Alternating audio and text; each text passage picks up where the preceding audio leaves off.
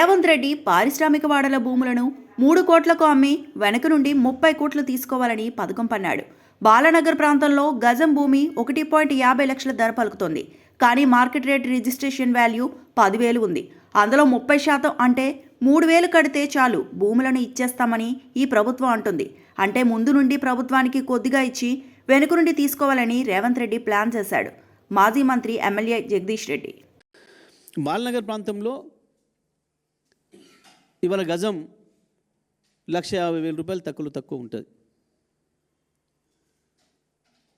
కానీ ఇవాళ అక్కడ రేవంత్ రెడ్డి అక్కడ ఉన్న ఒక పారిశ్రామికవేత్తకి దానికి కేవలం మార్కెట్ రేటు రిజిస్ట్రేషన్ వాల్యూ 10,000 ఉంది. అందులో మీరు 30% కడితే చాలు ప్రభుత్వానికి, అంటే 3,000 కడితే చాలు, అది మీకు ఇచ్చేస్తా అని చెప్పి ఈ పాలసీ, ఈ హిల్ట్ పాలసీ లక్ష్యం. హిల్ట్ పాలసీ అంటే ఏంటంటే బాలనగర్లో ఉన్న భూమి వీళ్ళ పాలసీ ప్రకారం రిజిస్ట్రేషన్ వాల్యూ వాళ్ళు అక్కడ ఎంత ఉందో తీసుకొని ఆ రిజిస్ట్రేషన్ వాల్యూకు దాంట్లో 30% మీరు మాకు కట్టండి, అది మీకు సొంతం ఇచ్చేస్తా.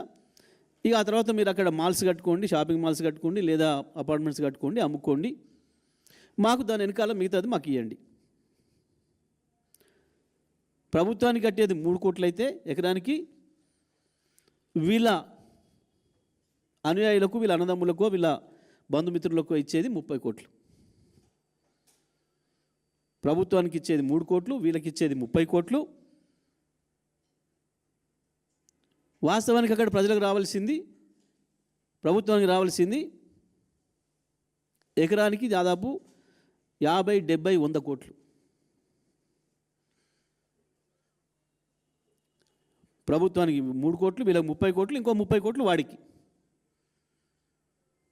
మరిన్ని అప్డేట్స్ కోసం మా ఛానల్ని సబ్స్క్రైబ్ చేయండి.